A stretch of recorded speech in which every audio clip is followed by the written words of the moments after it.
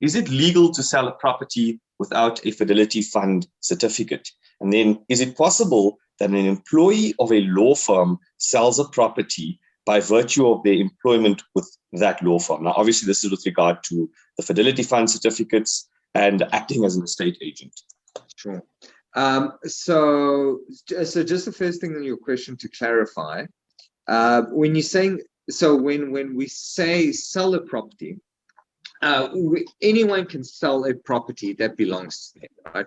So if you're owner of the property, or for example, even if you're somebody's son and they give you authority to do it because of that intimate family relationship, right? You're not brokering a deal, you're not making money from it. You're just selling a property, and you as an owner, you're selling a property. If you want to flip a property, you're selling a property. That's allowed, and you don't need an estate agent for that. So an estate agent starts playing in the field of brokering and facilitation, right?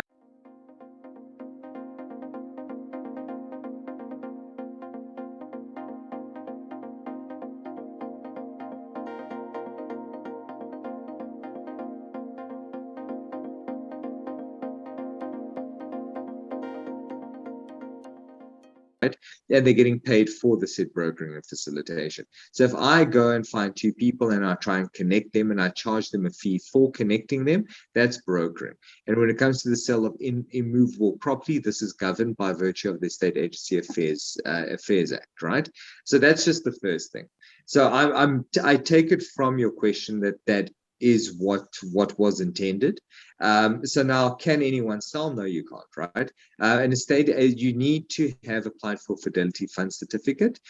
Yes, there are certain things that a person can look at, for example, like whether you're an intern agent, but all of this requires you to actually go to the Estate Agency Affairs Board, right? No question about that. You have to do it.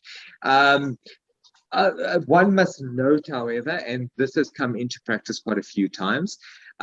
So say, for example, I found people that give leads through to estate agents and give through to some property investors and get paid like 10,000 Rand for it or 5,000 Rand. That is allowable because you're not brokering or facilitating.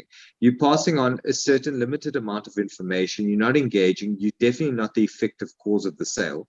You're just passing it on to somebody else to do the job. So that is allowed.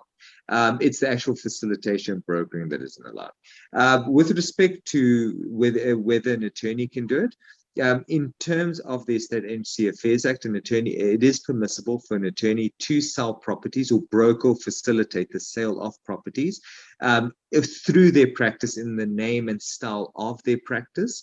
And any attorney within that firm, including a candidate attorney, would be allowed to. Reason for this, just so people understand the context, is not that attorneys are great salespeople and it just happens to extend on to us.